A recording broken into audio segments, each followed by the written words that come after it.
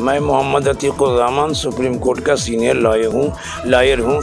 जनाब, आपने मुझसे ये तालिबान के बारे में ज़िक्र पूछा तो आपको यह मैं बताता चलूँ कि अफ़गानिस्तान के तालिबान का क्यों ज़िक्र कर रहे हैं, हिंदुस्तान के तालिबान के क्यों नहीं ज़िक्र कर रहे हैं। जो तालिबान हिंदू तंजीमों के शक्ल में काम कर रहे हैं, जैसे विश्व हिंदू परिषद, RSS, बजरंग दल और कई हिंदू तंजीमें जो मुसलमान को हिंदुस्तान में हरासा कर रहे हैं, परेशान कर रहे हैं। तालिबान क्या कर रहा है नहीं कर रहा है उसके ताल्लुक़ से मैं कुछ नहीं कह सकता, लेकिन अगर वो बात कर रहे हैं पर्दे की, बात कर रहे हैं अमन शांति की, अगर वो बात कर रहे हैं एक दूसरे की खैर खाही की और एक दूसरे की मदद की, दुनिया के अंदर फसाद और फितना को उखाड़ फेंकने की, उसको ख़त्म करने की अगर वो बात कर रहे हैं तो यकीनी तौर पर वो सही है, कुरान हदीस के रूह से बिल्कुल सही है।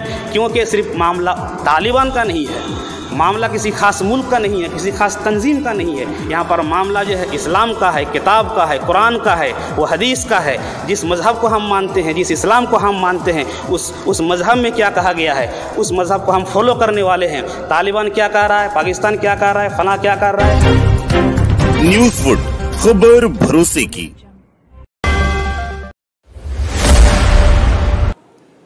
तालिबान का शरिया कानून का ऐलान, अफगानिस्तान में पर्दे का फरमान, लड़कियां तालीम हासिल कर सकती हैं लेकिन पर्दे में। अफगानिस्तान के नए नवेले एजुकेशन मिनिस्टर अब्दुल गनी हक्कानी ने मीडिया के सामने किया ऐलान तो दुनिया भर में इस कानून को लेकर मच गया हड़कंप। नमस्कार, आप देख रहे हैं न्यूज़वुड, मैं हूं आपके साथ साकिब ज़करिया और आप देख रहे हैं प्रहार।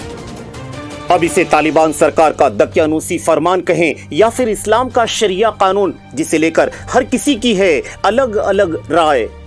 इस सिलसिले में हमने कुछ मुस्लिम उलेमाओं और विद्वानों से किया है बातचीत, ये जानेंगे थोड़ी देर बाद, लेकिन पहले जान लेते हैं तालिबान का आखिर क्या है पर्दे वाला कानून।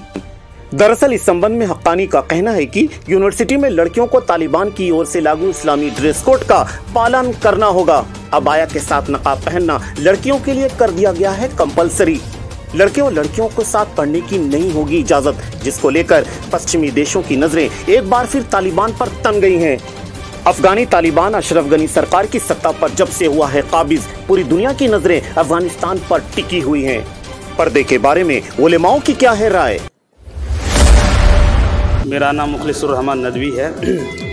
ये पर्दे का जो मामला है ये नया मामला नहीं है, ये पुराना है और पहले से ही सदियों से ये पर्दे का हुक्म जारी व सारी था और अब भी है। लिहाजा इस्लाम में पर्दे की बड़ी अहमियत है। लिहाजा कुरान करीम की एक आयत है सूरतुल अहज़ाब आयत नंबर 59 के अंदर, जिसका मफ़हूम ये है कि अल्लाह तबारक व तआला अपने नबी को फरमाता है कि ये नबी आप अपनी बीवियों से और अपनी साहबजादियों से और मुसलमानों की औरत से कह दें कि वो अपने ऊपर अपनी चादरें लटकालियाँ करें, इससे उनकी शनाख्त हो जाएगी और सताई ना जाएंगी।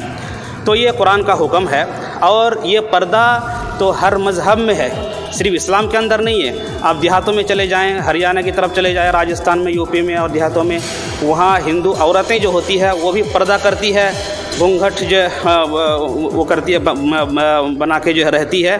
तो पर्दा की अहमियत हर मज़हब में है, कोई मज़हब मना नहीं करता है, इस्लाम में भी इसकी अहमियत है। तो पर्दे का हुक्म लागू करके औरतों को जलील नहीं किया जा रहा है, बल्कि औरतों की इज़्ज़त बढ़ाई जा रही है। ये पर्दा जो है औरतों का ज़ाती हक़ है, वो पर्दा करें।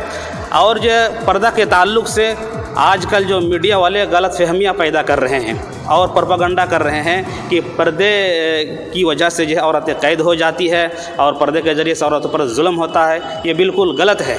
ऐसा कुछ भी नहीं है। ये पर्दा जो है ये ज़ाती राइट है और पर्दा करना चाहिए और ये औरतों की इज़्ज़त है।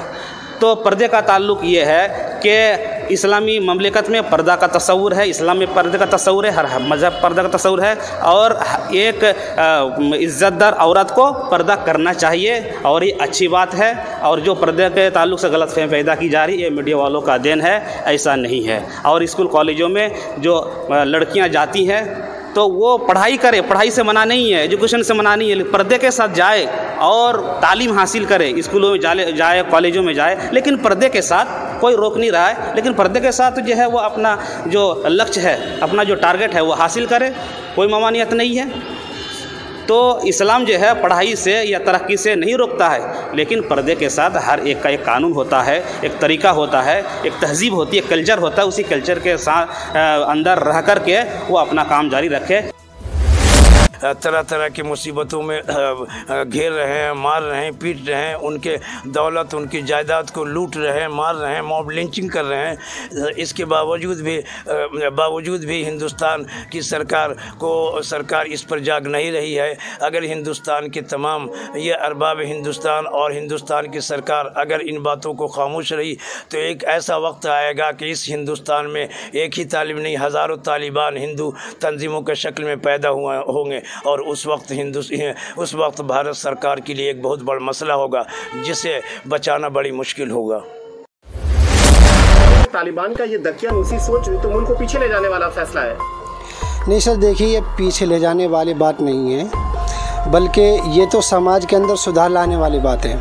जहाँ तक मैं समझता हूँ और जो उन्होंने ये फैसला किया है, शरअन कानून जो लागू कर रहे हैं, मैं समझता हूँ कि इसके ऊपर अगर मुकम्मल 100% अमल किया जाए और इस पर पूरा अमल किया जाए तो 100 के 100% मैं ये कह सकता हूँ कि बहुत सारे जुल्म ख़त्म हो जाएंगे और इंसाफ पसंद होंगे और बहुत सारे नफ्सियाती ख़यालात से बच जाएंगे और जुल्म हट जाएगा। हज़रत आयशा रज़ी अल्लाह ताला अन्हा, हज़रत खदीजा रज़ी अल्लाह ताला अन्हा, हज़रत फ़ातिमा और इसी तरीके से सैकड़ों सहाबियात मौजूद हैं जो पर्दे के साथ उन लोगों ने लिखी, पढ़ी और तालीमात हासिल की और उसके बाद जो है दावत और तबलीग काम अंजाम दिया। तो ये पर्दा जो है और हिजाब जो है तालीमात की राह में रुकावट नहीं है, तरक्की की राह में रुकावट नहीं है। तो जो रुकावट बनाना चाहते हैं वो खुद अपने आप में रुकावट बना करके अपनी नापाक साजिश में वो कामयाब होना चाहता है और इस्लाम पर एक कीचड़ उछालते हैं। इसके अलावा कुछ नहीं है। लेकिन अलग तालीम हासिल करके भी औरतें तरक्की हासिल कर सकती है और कुरान का भी फरमान है, हदीस का भी फरमान है, नबी करीम सल्लल्लाहु अलैहि वसल्लम का भी फरमान है।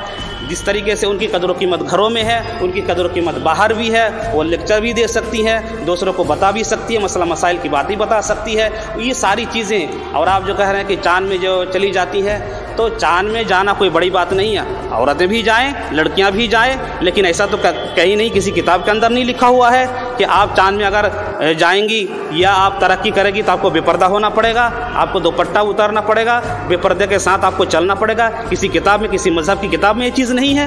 वो करें, बिल्कुल इसकी हिमायत में हम है, तालीम की हिमायत में, उनकी तरक्की में की हिमायत में हम है। वो चाँद में जाएँ, सूरज में जाए, कहीं पर भी जाए, लेकिन जो फितरी चीज़ है और इस्लाम ने जो उसको मुहैया किया है, उसको अता किया है और हर मज़हब के लोग मानते हैं और उनका जो ज़ाती राइट है और वो एक ऐसी चीज़ है कि वो पर्दे के साथ, हिजाब के साथ रहे और वो अपना काम करे।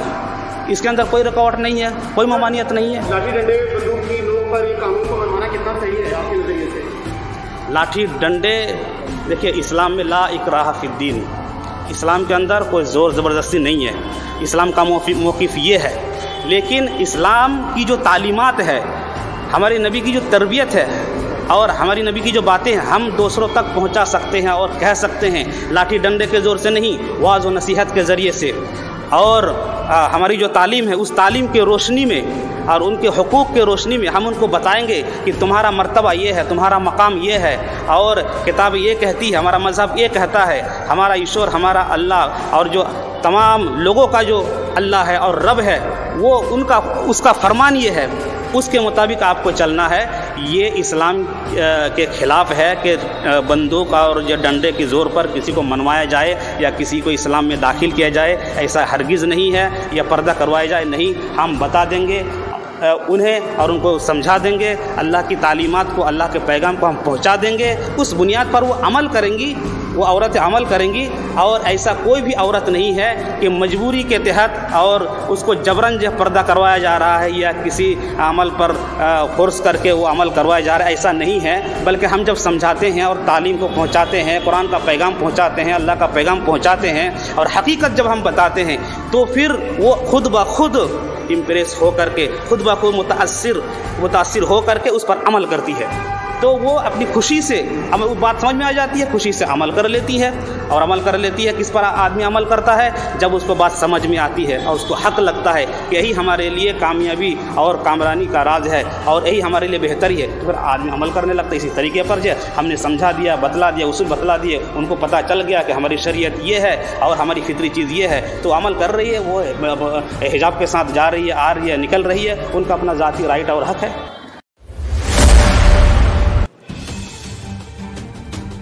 तालिबान के पर्दे के फरमान की चारों ओर हो रही है आलोचना। महिला विद्यार्थियों को हिजाब पहनना होगा अनिवार्य, इसमें चेहरा ढकना भी कर दिया गया है जरूरी। उन्होंने आगे कहा है कि लड़के और लड़कियों को साथ पढ़ने की नहीं देंगे इजाजत और न ही को एजुकेशन की देंगे परमिशन। इस्लाम की कठोर व्याख्या करने वाले तालिबान ने पिछली बार अपने शासन के दौरान कला एवं संगीत पर लगा दिया था प्रतिबंध। कहा जा रहा है कि संगीत से जुड़े कलाकार और महिला खिलाड़ी जान बचाने के लिए देश छोड़कर जा रहे हैं या संगीत से जुड़े साजो सामान को छिपा रहे हैं। काबुल के तालिबान के नियंत्रण के बाद संगीत के सभी कार्यक्रम कर दिए गए हैं रद्द। नई दिल्ली से कैमरा पर्सन मोहम्मद अनस के साथ न्यूज़वुड के लिए साकिब जकरिया की रिपोर्ट।